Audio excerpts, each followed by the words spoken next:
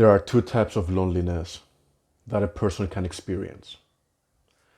The number one and most well-known one is a person that has introverted qualities, who lacks in social competency, locking themselves up in their room and not having any friends, not having any close relatives that they can rely to, no close siblings, maybe even estranged from their parents, and they're living a very isolated life. Maybe they're going through the daily routine of going to work, coming home, going back to work, coming home, working, sleeping, and they don't really have any close relationships with people. That is one form of loneliness. However, there is the second type of loneliness where a person that's very extroverted knows a lot of people, is in fact surrounded by people that tell them how much they love the person, how much they care for the person. They're invited to parties, they're invited to events, they're cherished by other people, yet the person still feels alone in the middle of all this love. This is the type of person that I want to talk to in this video. The first type of loneliness, which has more of an introverted, isolated quality, has a much more complicated problem that I might address in the future in another video. However, I wanted to address the more extroverted person because their issue and the solution to their problem is much simpler and is much more easy to fix and much more easier to address. So I might as well just put this video out, get it out of the way. And those of you that are dealing with this issue, where you're surrounded with people, you have friends, you have family, you have people that value you in your life, yet you still feel alone, you can just watch this video, implement the advice, improve your lives, and then I can move on to help people that are more isolated with their more complicated issue. So if you're watching this and you're probably the type of person that, again, you have friends, you have family, you're really good at making new friends, you're really good at building connections with people, yet you're alone, you feel lonely, you feel like you don't have anyone to speak to, anyone to talk to, anyone to be vulnerable with. You don't have a real open-hearted relationship with a man or a woman. And I've met many people like you in my life. I've helped a lot of people like you in my life. And in fact, I've been helped myself with the advice that I'm about to give you. Because believe it or not, I've dealt with this problem as well. And without fail, the issue that was holding me back is the same issue that's probably holding you back, as well as the same issue that's been holding back many people in my life that I've met with this type of state of mind or this type of condition. And once they accept the truth that I'm about to give you, their lives instantly change, as has mine, right? And of course, you're never going to be perfect with everything. You're still going to have to be dealing with this kind of thing.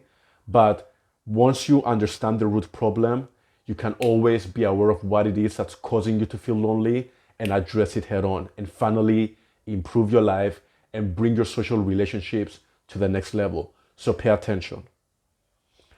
The answer to your issue, the answer to your problem is going to sound very simple, and most likely it's going to sound very accusatory to the point where you're probably going to struggle to accept it.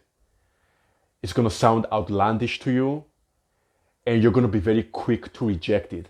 But I really urge you to hear what I have to say till the end. Everything is going to make sense. So without further ado, let's just get into it. You are fake. Let that sink in. You are fake. You're wearing a mask around people.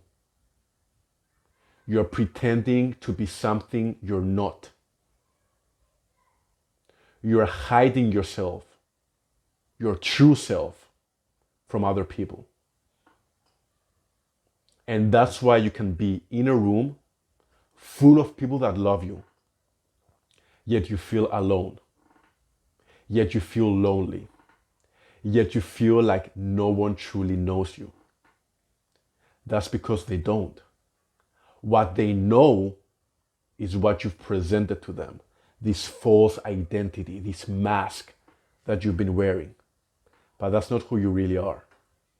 Let that sink in for a little bit. Let that sink in. And I know you're right to be defensive.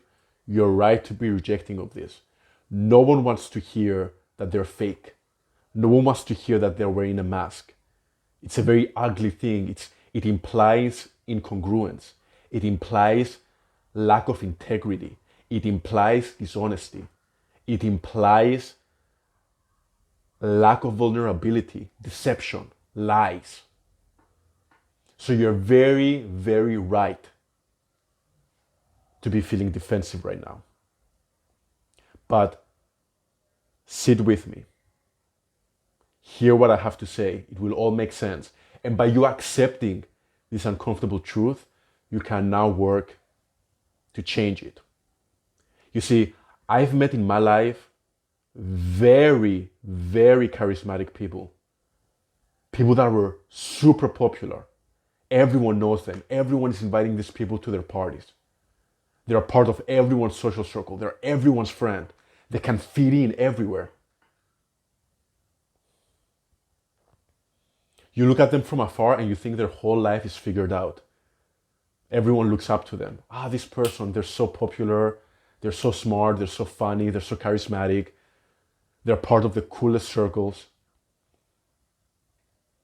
Yet, once I get into a one-on-one conversation with those people, without fail, every single one of them, once you peel back the layers, they feel alone. They feel like no one knows them. They feel like no one knows who they truly are. I have a knack for bringing that out from people. I have a knack for making people feel safe enough where they can tell me these types of things. So I've seen it over and over and over again. And you're no exception.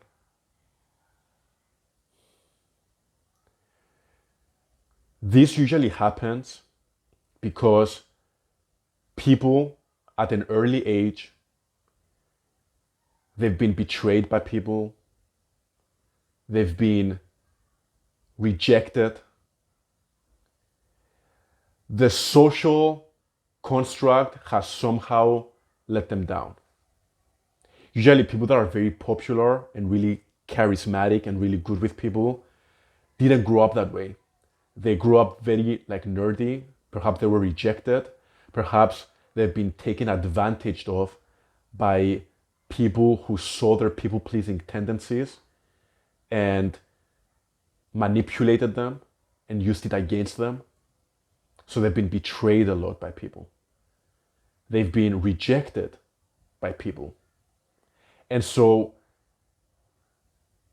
in order for them not to experience that pain of rejection, that pain of betrayal, that pain of not feeling good enough, they've constructed this mask of what they think people will like. This mask, this character that encompasses everything that they believe is cool, everything that they believe that other people will like. They're charismatic, they're fun, they're agreeable, they go along with the flow, they're never judgmental, they never say anything to rock the boat. They throw the coolest parties, they're around the coolest people.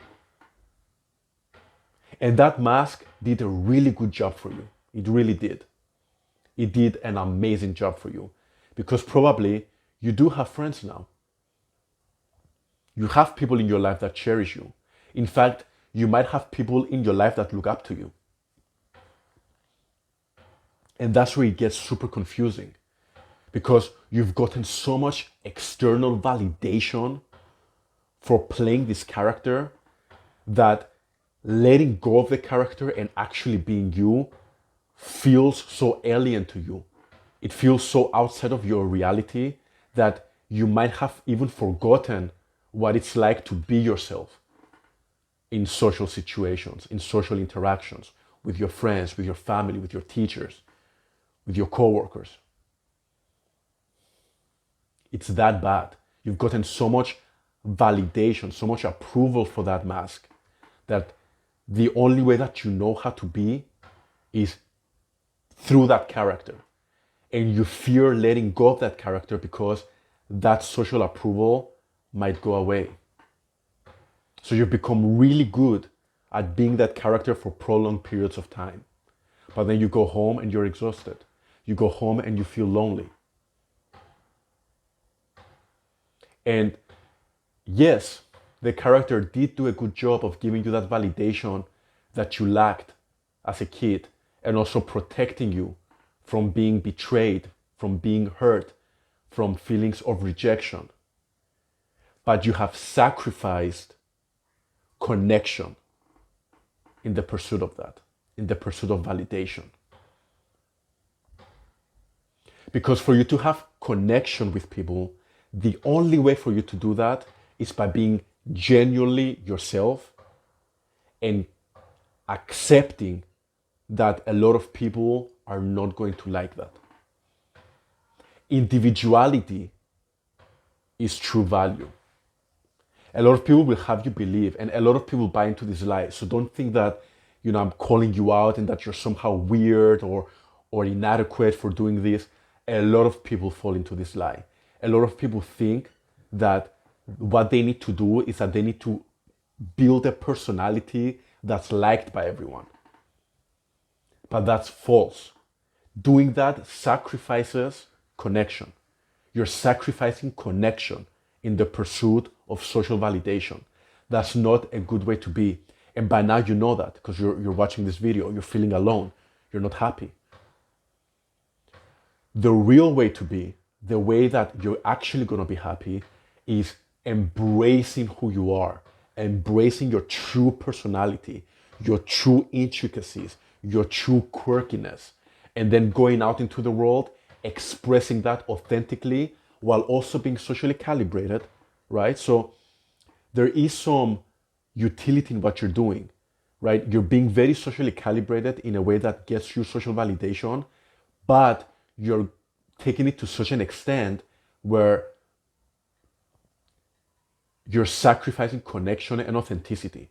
So I'm not telling you that you should drop all of that completely and be this like overly polarizing character that's rejected by people on a consistent basis. No, I'm asking you to take the social skills that you've learned from that mask and tone it back and apply it to your real personality and be willing to be rejected for it. Be willing to be polarizing. Because by being polarizing, you're actually inviting love in your life. And if you're a people pleaser, if you're the type of guy or girl that gets along with everyone, then even though you think that you're getting love from people, you haven't experienced true love. True love happens when you're truly polarizing, when people are out there that don't like you, and there are people out there that you don't like. Because then, when you finally meet someone that you do like and that actually likes you back for you, that's the type of love that is priceless. And I always give this example. I'm going to give you an example right now. And the example that I'm about to give you is very extreme. Very extreme. But it illustrates my point really, really well. If you think of someone that's racist, for example, someone that's in like some racist organization even, so extreme racism. Or think of any person, you can interchange that with any person that holds a very idealistic, extreme worldview that most people would find disgusting. Take that person that you're thinking of. It could be someone that's racist. It could be someone that's extremely feministic to the point of hating men. It could be someone that is just even sociopathic. someone that's very extreme in some way, that person is going to be rejected by the masses, by most of society, probably also by you and me. However, when that person comes across one other person that holds the same beliefs as they do, one other person that's also racist, one other person that also follows Andrew Tate to the extreme, one more person that's also extremely feministic to the point where hating men. These two people, once they find each other, they're going to be best friends. They're going to have each other's back. They're going to invite them to their lives. They're going to give them gifts. They're going to form such a deep connection because in their world, they found someone that's so special, so different, that holds the same extreme views, that just by the mere fact that they are similar to that point, that they hold this kind of connection, instantly builds a brotherhood, a camaraderie, a feeling of being family. Again, that's a very, very extreme example. Very extreme example. And I'm not telling you to be so extreme that you're racist and society hates you and all of that. No, you're missing the point if that's what you think I'm saying. I'm saying that if you want true connection, you need to risk being a little bit different, a little bit more polarizing. And that's just as simple as just owning who you are, being yourself, truly. And I guarantee you don't know how to be yourself because you've been wearing this mask for so long. You don't know how to be yourself.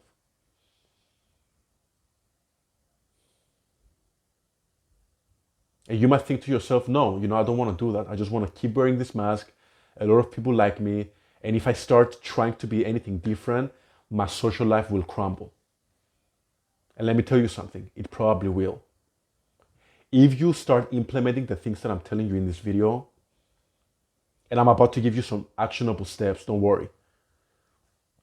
But if you start following the advice that I'm telling you, and you start peeling back the layers, and you start truly being yourself, truly saying what you believe, truly telling people when they're doing something that you don't like, truly owning your sense of humor and saying things that maybe get other people cringing a little bit at you. Truly being yourself to the point where if someone says something that's not funny, you're just able to look at them like, why would you say that? That's not funny. And being willing to deal with the tension that arises from that. Then yes, a lot of your social relationships that you build upon this lie, this fake character, this fake front, might crumble. I'll give you that. And that might mean that for a while, you might have to be the weird guy or the weird girl because you're trying to figure out who you are. You don't even know what that is yet. And you're going to have to experiment a lot. And you're probably going to have to commit a lot of social errors in the pursuit of that. But you're going to come out on the other side feeling empowered, being surrounded by not hundreds of people inviting you to parties, but not really connecting with you or knowing who you are and you feeling a genuine connection with them. No, but you're going to have 10 people in your life that really, really love you and that you really, really love them. You're going to have a significant other that you are really, really deeply intimate with. You're going to be around people that respect you, people that care about you, people that look up to you for who you genuinely are. And you're going to have true connection with people. You're going to have people in your life that when you're going through a down moment or when you're going through a rut or you don't really know what you're doing with your life, you're confused or you're sad or you're depressed, you're going to have people that you're going to call and that are going to be there for you. They will be happy to drive over, but they will drop everything that they're doing right now to come over and hang out with you and listen to your problems and help you. How valuable is that to you? Because to me, that's way more valuable than having 100 friends inviting me to parties, to social gatherings, making me feel like the most popular guy in the room, stroking my ego, yet leaving me with this feeling of emptiness when I go home. I'd much rather have the 10 people that truly know me, I truly know them, and I can trust them. I can do business with them. I can share my deepest vulnerabilities with them. I can invite them to a funeral when someone close to me has passed away and I want someone to be there for me. I can invite them for that. And I know they're going to be there for me and they're going to care for me. And they're not showing up because they think that it's an obligation, like, he invited me to it. I don't want to be, I don't want to be a jerk by not showing up. No, they're actually there because they want to be there for you. People that genuinely care for you. How valuable is that to you? Because to me, that's priceless. So how do you get to that point? How do you get from wearing this mask to being this genuine person that's attracting real people into your life? That's screening out the fake, because you are what you attract, right? So if you're wearing a mask, then guess what? Most likely everyone around you is wearing a mask too. You are what you attract. So how do you let go of all of that and finally attract real loving people into your life? Well, it's actually simple, but it's going to be a very difficult process in action. You have to start paying attention to yourself. That's the answer. The answer is you have to gain self-awareness. You have to start paying attention to yourself and start noticing when you're putting on a front. You have to notice yourself when you laugh at a joke that you don't actually find funny. You have to notice yourself when you're encouraging behavior that deep down you find reprehensible. You have to notice yourself when you say things that are actually contradictory to your real feelings or character. And you start to write about it. You have to start writing about it. You have to start analyzing it on a journal. If you watch a lot of my other videos, I talk deeply and in depth about owning a journal and the benefits of having a journal. It really transforms your life when you start writing about your day-to-day life, your day-to-day behaviors, how you felt at various moments throughout the day, the various triggers that you've experienced throughout the day. Gaining that type of awareness about your character, your behaviors, your personality, your unconscious behaviors. Gaining that awareness is the foundation that allows you to change it. So start being aware of how this mask operates and how it deviates from who you really are and how you're holding back from expressing your real personality. That's step one. Step two, start addressing those little unconscious behaviors by giving yourself challenges. So maybe you notice that you often laugh at jokes that you don't find funny. Good. Write that down, and for the next week, next 2 weeks, next month, you're going to challenge yourself to go the complete opposite direction. You're going to challenge yourself to not laugh at a single joke that you don't find funny. Someone makes a joke, no matter how close you are to them, no matter how good of a friend they are to you, no matter how much you sympathize with them, you are not going to laugh at that joke. Not even a sympathy laugh, not even a sympathy smile. You're going to go the complete opposite direction. And you have to learn to deal with the tension of that. You're going to have to learn how to deal with the discomfort of that.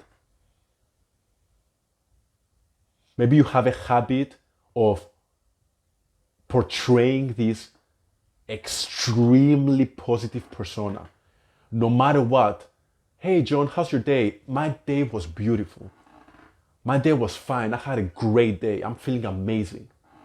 Meanwhile, you were home crying, feeling depressed, feeling lonely, yet now that people are asking you how your day has been, no, it was great. Address that for the next week, 2 weeks, month, 2 months. Whenever people ask you how you're doing, honesty. Yeah, I was actually really depressed today. I'm not gonna lie, I'm not feeling the best. But I'll be all right. What about you? How's your day? Complete, utter honesty. And if you were feeling good, good. I feel amazing, man. I had a good day. How about you? How was your day? But no lying, no dishonesty, no manipulation, no managing an impression. And you do that for every single behavior that you notice in your journal, that you notice in your day to day life. You single one behavior out: toxic positivity, any people pleasing behaviors, the need to be funny, the need to be comedic, the need to make people laugh, the need to get a reaction from people. You pinpoint those little behaviors and then you allocate a week, 2 weeks, a month, 2 months, 3 months into getting comfortable doing the complete opposite. You do that, and in a couple of years, you're going to look back and you're going to realize, whoa, I'm a different kind of person. I say what I think. I mean what I say. I don't laugh at people that are not actually funny to me. I don't try to get a reaction from other people. I don't try to get other people to like me. I just am who I am. And if you don't like it, bye. And by you being this way, take it or leave it type of person, you're going to attract friends in your life that are actually there for you. They love you for you. They respect your realness. They love your realness. And they're being real with you in return. They have your best interests at heart. When you're making mistakes, when you're doing something that's not serving you, they tell you. They help you improve. They're not just there to make you feel good all the time. No, they're aiming for true connection because they actually care about you. So when you're making mistakes, when you're messing up in some way, they tell you. You have a genuine friendship with them. You're doing business with them. You're traveling together. The friends that you have now, you can't even travel with them. You cannot even fathom or deal with the fact that you have to sit in a hotel room with them for like 3, 4, 5 days in a row. You can't even do that with them because being around them is so exhausting. Being around them feels so fake after a certain amount of time. Not with these new friends that you're going to get after doing this work.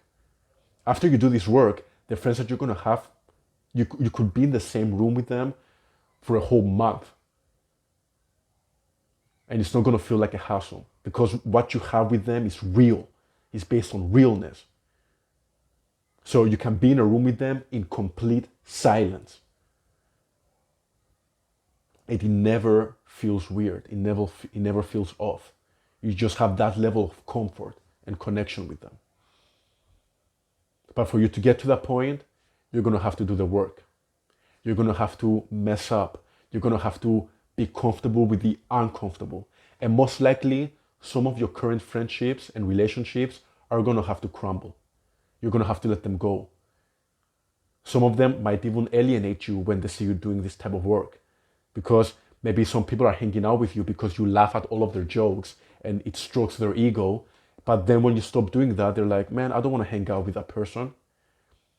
But then again, I would ask you, is that the type of friendship that you want? Do you want a friend that's only hanging out with you because you're stroking their ego, because you make them feel funny and amusing? And the moment you stop doing that, they want nothing to do with you. Is that what you want? I don't want that for you. And I don't want that for myself either. That's disgusting to me. So I've given you the tools. I've given you a vision of who you could be, of the types of people you could have around you. High quality people that are about something. But at the end of the day, you have to make a decision for yourself. You have to decide if this is something valuable enough for you, if this is something worth the sacrifice. I personally think that it is. But that's a decision that you have to make for yourself. Thank you for watching and have a beautiful day.